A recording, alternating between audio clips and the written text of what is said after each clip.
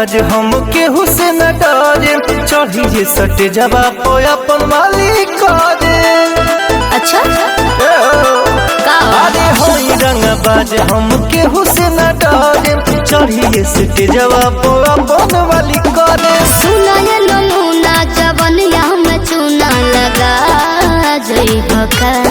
अरे का कहलू बोला ना हम नचनिया होई तो खा जई भका।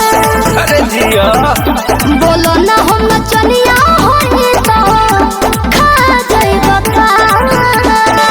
खाइए जाए। अच्छा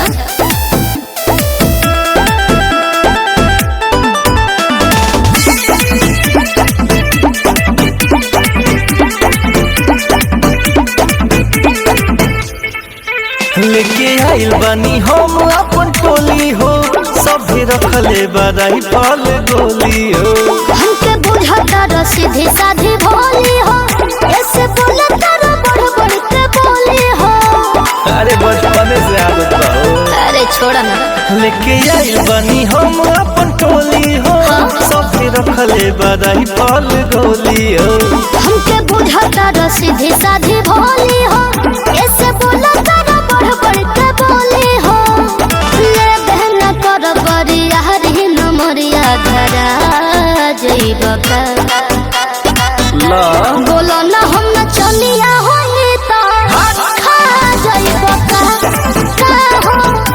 बोलो ना हम नचनिया होई तो खा जइब का।